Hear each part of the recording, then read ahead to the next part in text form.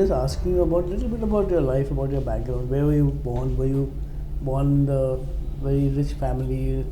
Were you middle class, poverty? What is your background like?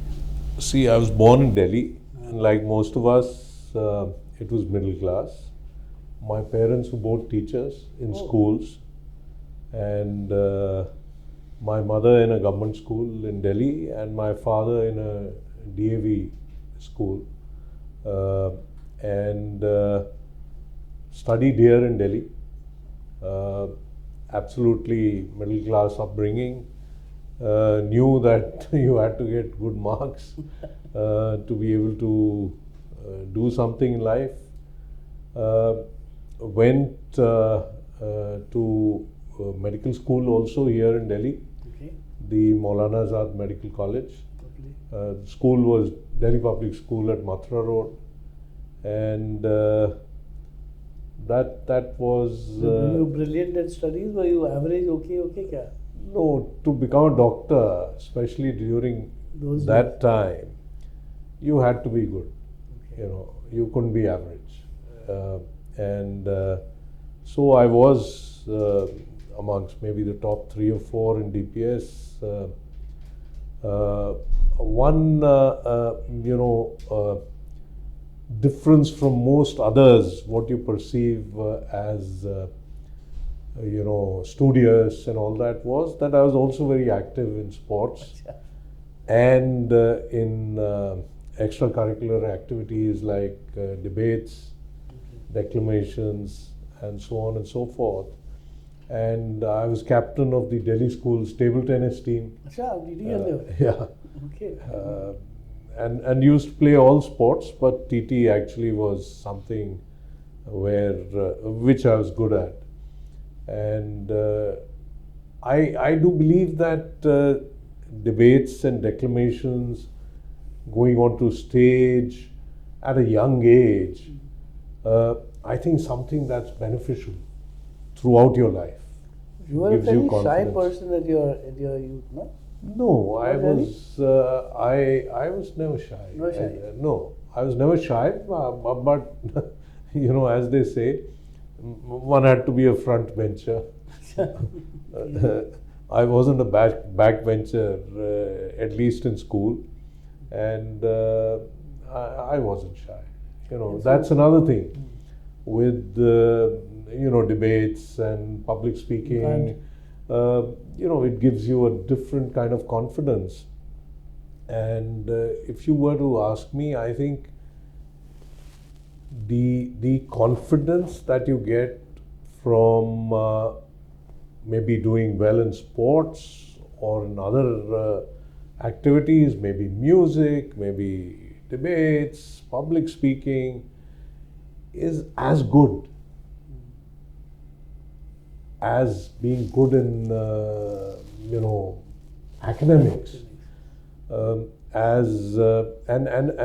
frankly, later on in life, academics, they take you to a certain growth path. But after that, for being successful in whatever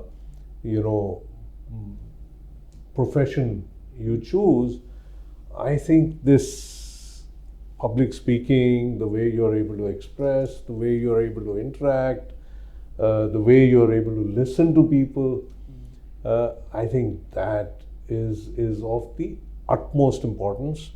And frankly, I think being middle class was blissful.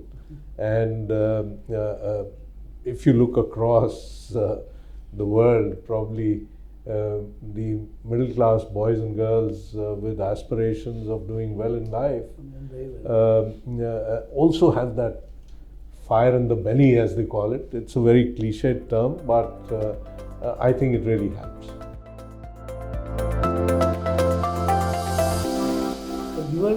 You were actually trying to, when you did your medical, your aspiration was to become a doctor or to be in the profession.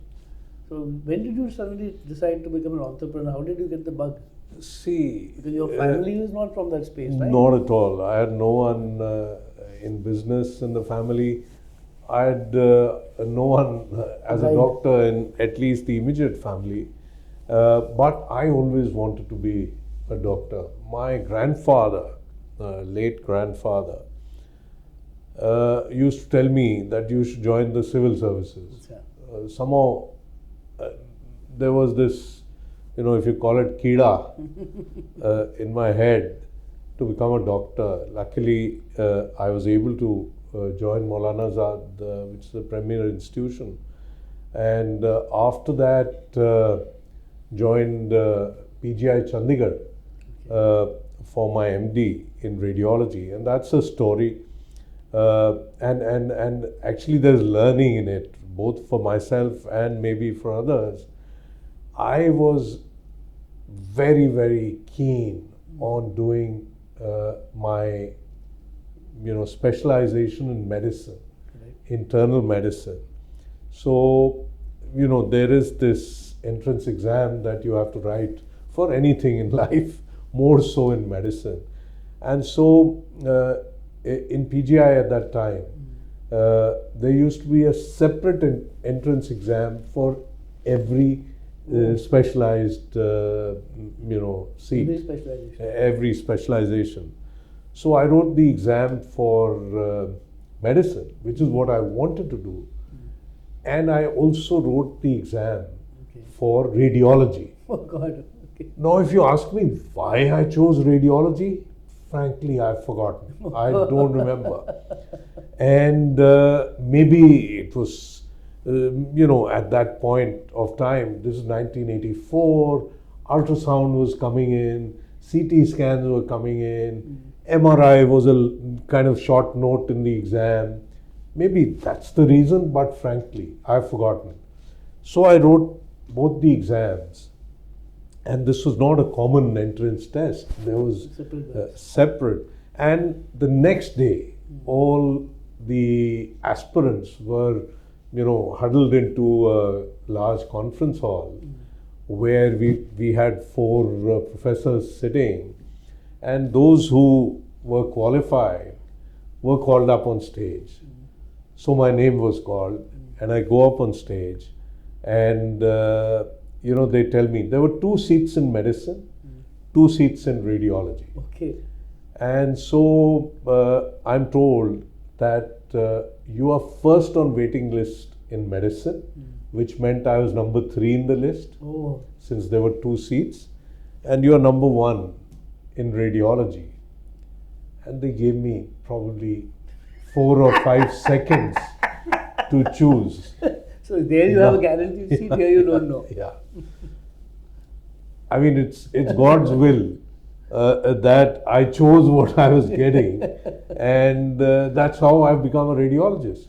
So, even at so many points of time in one's life, one aspires for something, doesn't get it, gets something else. I think we should think that probably this is what a higher power, God, has, who actually knows much more about our life and where we should be going than what we do. And so that's how I became a radiologist.